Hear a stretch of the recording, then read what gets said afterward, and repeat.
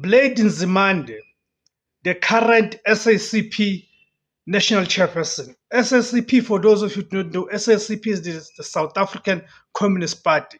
So Blade Nzimande is a narcissistic factionalist who destroys organizations.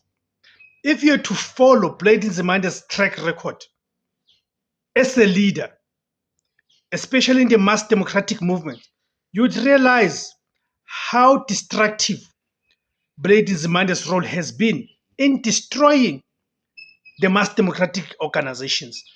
Can be with the ANC, it can be with COSATU, and now the SACP. And he's always destroying these organizations through his narcissistic factionalism. Blade Nzimande is someone who does not think twice about creating factions within the organizations to ensure that